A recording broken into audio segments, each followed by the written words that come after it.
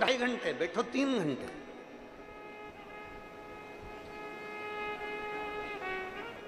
एक क्षण अपना निकाल कर भगवान को प्रदान करिए, एक क्षण।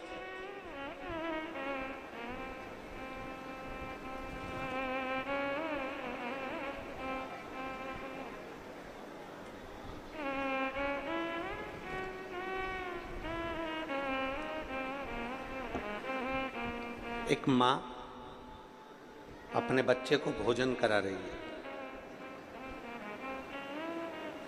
एक मां अपने बच्चे को दूध पिला रही है, भोजन करा रही है, उसका ध्यान कहीं और भी है। 50 काम में ध्यान लगा हुआ और बच्चे को थोड़ा सा रोटी का निवाला हाथ में पकड़ा कर जाती है, रोटी का टुकड़ा बच्चे के हाथ में पकड़ा कर जाती है, ले जल्दी इसको फिनिश कर, जल्दी खा इसको, जल्दी खत्म कर इसको। माँ ने बच्चे के हाथ, माँ ने बच्चे के मुख में रोटी का टुकड़ा दिया और माँ फिर काम में लग गई, फिर काम में लग गई, फिर काम में लग गई। बच्चा रोटी के टुकड़े को हाथ में लेता है, फिनिश नहीं करता, उसको तोड़ेगा, मरोड़ेगा, फेंकेगा, कहीं इधर डालेगा, कहीं उधर डालेगा, कहीं जाएगा, घूम फिर कर आ जाएगा। माँ ने उसके मुंह में रोटी का टुकड़ा दिया, बच्चा उसको चबाता नहीं है, मुंह में ही भर के रखता है और मुंह में भरा भरा यहाँ घूमेगा, वहाँ घूमेगा, जाएगा, आएगा। फिर इतने में माँ चिल्लाएगी, फिनिश करा, मुंह खोल के बता, जल्दी मुंह खोल। मालूम पड़ा कि मुंह में गप्पो जैसा भरा पड़ा हुआ है, फिनिश नहीं कर, मुख में भरा पड़ा हुआ। फिर वापिस माँ आई और माँ ने फिर कहा, ले ये रोटी का टुकड़ा ले, जल्दी से फिनिश कर। अब माँ का ध्यान मोबाइल में है, माँ का ध्यान रसोई घर में है, माँ का ध्यान सिलाई में है, माँ का ध्यान दूसरी जगह लगा हुआ है, माँ का ध्यान झाड़ू पोछा में लगा हुआ है, माँ का ध्यान 50 जगह पर लगा हुआ है और उसका ध्यान बच्चे को रोटी जरूर पकड़ाई है, बच्चे को रोटी का टुकड़ा जरूर दिया है, पर बच्चा फिनिश नहीं कर रहा, पेट भर नहीं रहा। हाँ, अगर माँ जितना रसोई घर में ध्यान दे रही है, माँ जितना सिलाई में ध्यान दे रही है, माँ जितना मोबाइल में ध्यान दे रही है, माँ जितना इंस्टाग्राम पर ध्यान दे रही है, माँ उतने ही दिल से बेटे के पास में बैठती और 2 रोटी का टुकड़ा अगर दिल से खिलाती तो बच्चा उसी समय पर फिनिश भी करता और खा भी लेता।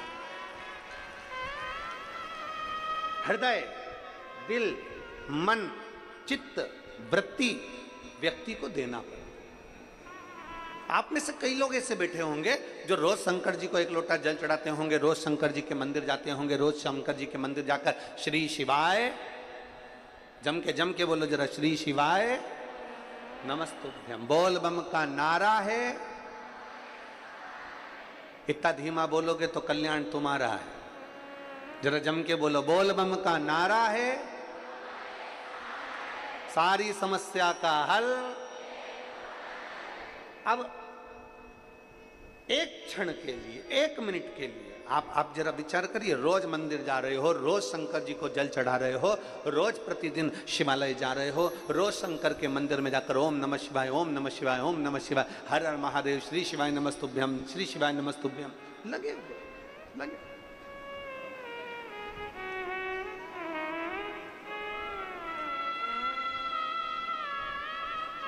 प्रतिदिन लगे। अब जरा विचार करना, तुम्हारी एक पड़ोसन शंकर जी का पशुपति व्रत करी, शंकर जी के मंदिर गई, शंकर जी को जल चढ़ाया और बाबा ने उसकी तुरंत सुनी और बाबा ने उसका भंडार भर दिया। अब तुम रोज मंदिर जा रहे हो, रोज झाड़ू भी लगा रहे हो, रोज सेवा भी करो, फिर भी नहीं सुन रहा, फिर भी नहीं सुनता। क्यों नहीं सुन रहा?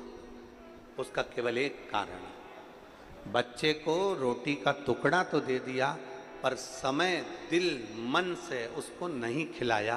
बच्चा मुंह में भर कर बैठा रहेगा, खाएगा नहीं। उसी तरह मंदिर रोज जाओ, 1 लोटा जल रोज चढ़ाओ, शंकर जी का गुणगान रोज गाओ, सावन के महीने में 2 लोटा जल रोज चढ़ाओ, रोज शंकर की स्तुति करो। पर याद रखना, तुम्हारा अगर आधा घंटा मंदिर में निकल रहा है, 20 मिनट मंदिर में निकल रहा है, 25 मिनट तुम मंदिर में निकाल रहे हो, तो 25 मिनट में से कम 5 मिनट ऐसा होना चाहिए कि शंकर तुम्हारे दिल में और तुम शिव के दिल में विराजमान होना चाहिए, तो समझो कि जल चढ़ा।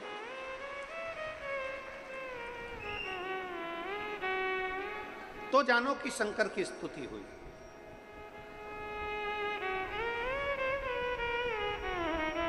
और आप आए नहीं, सुबह हो गई, मेरी पूजा की थाली धरी की धरी रहे। क्यों नहीं आए, किस लिए नहीं आए, पता नहीं।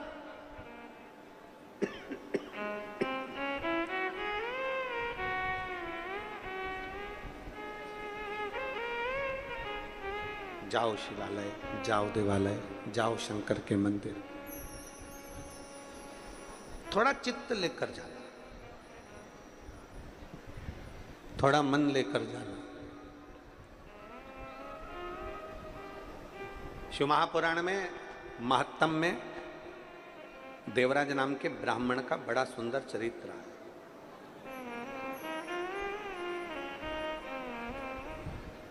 कभी मंदिर नहीं गया था, कभी शंकर की देहली नहीं चढ़ा था, कभी शिवालय नहीं गया।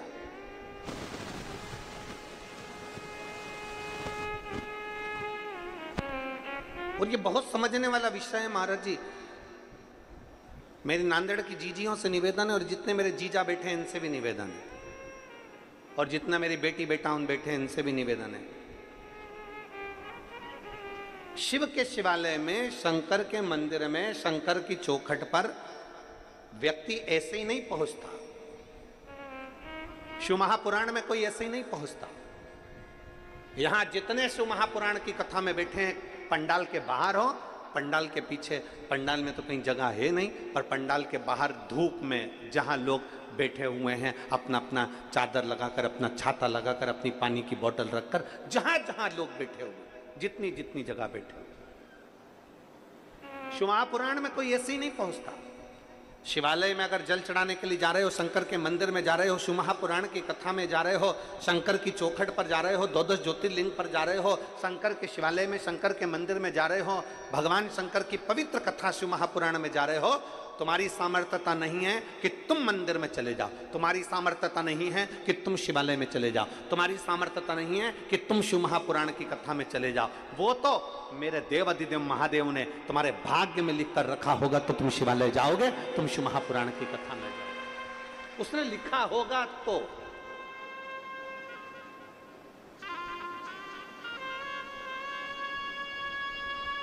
वरना कई कई लोग ऐसे भी हैं नांदेड़ में जो तैयारी करके बैठे होंगे, मैं जाऊंगी कथा में, हमारे नांदेड़ में कथा हो रही है, मैं जाऊंगी कथा में, मैं जाऊंगी कथा में। मालूम पड़ा कि जाने के 2 दिन पहले, 1 दिन पहले ना जाने कौन सा काम अटक गया, और मालूम पड़े मैं आ ही नहीं पाई कथा। वो गीत है ना, शादी की सारी तैयारी रह जाती, मानो हमारा एहसान कि दूल्हे ने हाँ भर दी, वो वाला हाल है कि अगर कथा चालू होने वाले दिन तुम पंडाल में पहुंच जाओ, पहुंचने के बाद बड़े प्रसन्न चित्त में एक स्माइल भोलेनाथ को जरूर देना कि तुझे धन्यवाद कि तू मुझे बुला ही लिया, ये तेरी कृपा। कभी कभी जरूरी नहीं है कि तुम सेल्फी किसी के साथ लो, सेल्फी का मतलब है अपन और महादेव, बस वो होना चाहिए। दुनिया के लोगों को लग रहा है कि ये अकेली की फोटो है, अकेली की, पर नहीं। कथा के पंडाल में, भगवान शंकर की कथा में, शिवालय में व्यक्ति कभी अकेला नहीं होता, भगवान शंकर उसके साथ कदम से कदम मिलाकर चलते, अकेले का फोटो नहीं।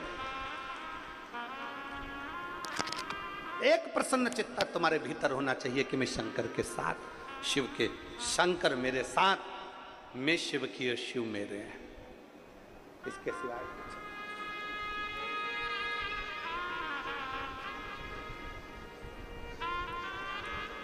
बहुत प्रसन्न होना, बहुत। और जितने लोग बैठे हैं ना, सब अपने अपने घर जाके थोड़ी नजर उतरवा लेना, बाबा ने बड़ी कृपा करी है, सावन के महीने में शिव महापुराण की कथा में बड़ी प्रसन्नता होना चाहिए।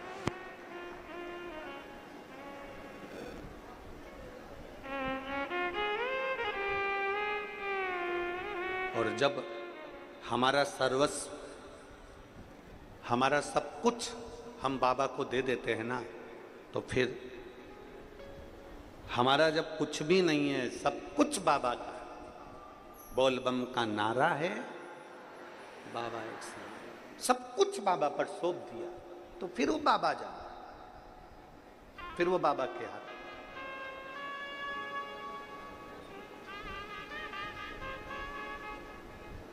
पहले भी कथा में कहा, आज फिर कहते हैं, ढोंग की जिंदगी जीने से अच्छा है कि ढंग की जिंदगी जियो। ढोंग की जिंदगी से अच्छा है ढंग की जिंदगी जियो। ढोंग की जिंदगी में एक ना एक दिन धोखा मिलेगा, और ढोंग की जिंदगी में एक ना एक दिन तुम खड्डे में जाकर गिर जाओगे।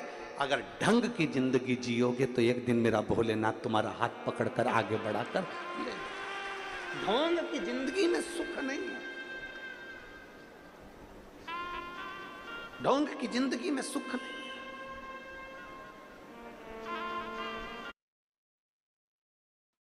तो इनकी इतनी सेवा करते हैं, इनकी तबीयत खराब हो गई, तुरंत हॉस्पिटल लेकर चले गए।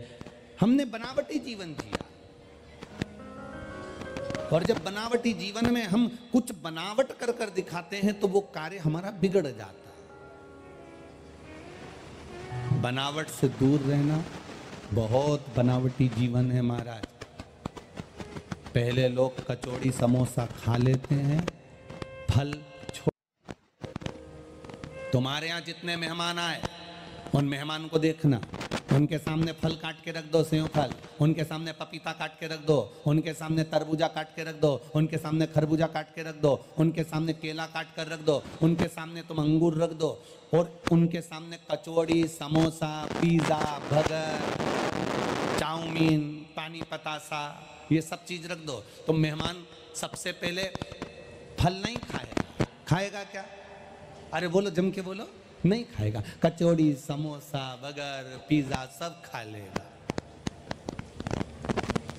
पहले वो फल को त्याग देता है, कचौड़ी समोसा खा लेता है। कचौड़ी समोसा, पिज़्ज़ा, बर्गर आदि का आदि खाया, और मालूम पड़े हॉस्पिटल में जाके जमा हो गया, हॉस्पिटल में भर्ती हो गया। अब हॉस्पिटल में भर्ती हुआ, उसको जितने लोग देखने के लिए आए, वो साथ में फल की टोकरी लाए। अब फल की टोकरी लाए तो वो हॉस्पिटल में जो मेहमान देखने आए थे वो फल लाए थे, और घर के लोग उसी फल को छील छील के उसको हॉस्पिटल में खिला रहे थे। और जो फल की टोकरी लेकर आए थे वो बाहर हॉस्पिटल के बैठकर कचौड़ी समोसा खा रहे थे। अब तुम देखिए, जरा विचार करिएगा, उसने फल छोड़ा, कचौड़ी समोसा बर्गर पिज़्ज़ा खाया, हॉस्पिटल में गया, हॉस्पिटल में भर्ती हुआ, रिश्तेदार आए तो फल की, जम के बोलो जरा, टोकरी लाए, उसके रिश्तेदार फल लाए तो उन्होंने छील छील के उसको फल खिलाया। जो रिश्तेदार फल लाए थे वही हॉस्पिटल के बाहर बैठे बैठे इंतजार करते थक गए तो कचौड़ी और समोसा खा। अब वो हॉस्पिटल में जमा होंगे और ये फल किए, तो क्यों हम बनावटी जीवन को जिए? एक काम क्यों नहीं करते, जिस भोजन को कर कर हमारे बुद्धि निर्मल हो जाए, जिस भोजन को कर कर हमारा भाव निर्मल हो जाए, जिस भोजन को कर कर हमारी बुद्धि शुद्ध हो जाए, उस भोजन को क्यों नहीं करते? हमारे यहाँ शिव महापुराण की कथा कहती है, कभी मौका मिल जाए किसी संत के दरवाजे पर पहुंचो, शेगांव में पहुंचो, स्वामी समर्थ जी के यहाँ, कलकोट में पहुंचो, पैठन में एकनाथ जी के यहाँ पहुंचो, कभी पंढरपुर पहुंचो, कभी किसी संत के दरवाजे पर पहुंचो, रामकृष्ण परमहंस जी के यहाँ, मीराबाई के यहाँ, कनमाबाई के यहाँ, गुरु प्रहलाद के यहाँ, जगन्नाथपुरी में पहुंचो, द्वारकापुरी में पहुंचो, बद्रीनाथ जी में पहुंचो, रामेश्वरम में पहुंचो, सीहोर के कुबेरेश्वर धाम पहुंचो, चाहे उज्जैन के महाकाल पहुंचो, चाहे काशी के विश्वनाथ पहुंचो, तुम जहां जहां पर जाओगे, जिस तीर्थ में जाओगे, जिस संतों की धरा पर जाओगे, मेरा एक निवेदन स्वीकार कर कर जाना। जब तुम तीर्थ जाओ, गुरु के दरवाजे जाओ, संत के दरवाजे जाओ, तो होटल का भोजन मत कर कर उस गुरु के दरवाजे में भले जरा सी खिचड़ी मिल जाए उसको खा लेना, वो ना जाने कितने रोगों को समाप्त कर देती है। जगन्नाथपुरी में जाओ तो होटल का भोजन ना कर कर जगदीश का प्रसाद लेकर खा लेना, ना जाने कितने रोगों को ठीक कर देगा। द्वारकापुरी में जाओ तो द्वारकाधीश के दरवाजे का भोजन ग्रहण कर लेना, ना जाने कितने रोगों को ठीक कर देगा। हमारे विचार, हमारी बुद्धि, हमारी शुद्धता लेकर आती है। जैसा खाया अन्न, जम के बोलो, वैसा हो गया मन। जैसा पिया पानी और जैसा पिया दूध, वैसा बन गया बुद्ध। श्री शिवाय नमस्तुभ्यं। भांजी की शादी को लगाते हैं उस फसल के साथ हम खरपतवार नहीं लगाते, हम जंगली घास नहीं लगाते, हम कोई गलत चीज नहीं लगाते, पर उसके साथ में जंगली घास हो ही जाती है। उसी तरह कुछ अच्छा करने जाओ तो थोड़ा ना थोड़ा कष्ट हमारे साथ में कुछ कहीं ना कहीं किसी ना किसी रूप में बेकार भी जुड़ते ही चले जाते, पर प्रयास करो। हमें फसल से मतलब है, हमें गेहूं से मतलब है, हमें सोयाबीन से मतलब है, हमें कपास से मतलब है, उसी तरह हमें धान से मतलब है। तो हमें हमारी कपास से मतलब होना चाहिए, हमें हमारे शिव से मतलब होना चाहिए, हमें भगवान की ओगढ़ भक्ति से मतलब होना चाहिए। जैसे माता पार्वती, जैसे मां पार्वती, पार्वती माता बाल्यावस्था से माता पार्वती जी को कह दिया गया, बाल्यावस्था से माता पार्वती के सम्मुख में आ गया कि शिव की आराधना मूल है। देवऋषि नारद के मुख से श्रवण कर लिया माता, और माता पार्वती की चित्तवृत्ति में बैठ गया कि शिव बिना कुछ। बाल्यावस्था से माता पार्वती जी शंकर की आराधना में, भगवान शिव की आराधना, रोज भगवान शंकर के लिए सुंदर फूलों का श्रृंगार बनाना, भगवान शंकर के ऊपर लगाना, भगवान शंकर का श्रृंगार करना। हमारे सनातन धर्म में एक तीज होती है जिसको कहते हैं हरतालिका तीज।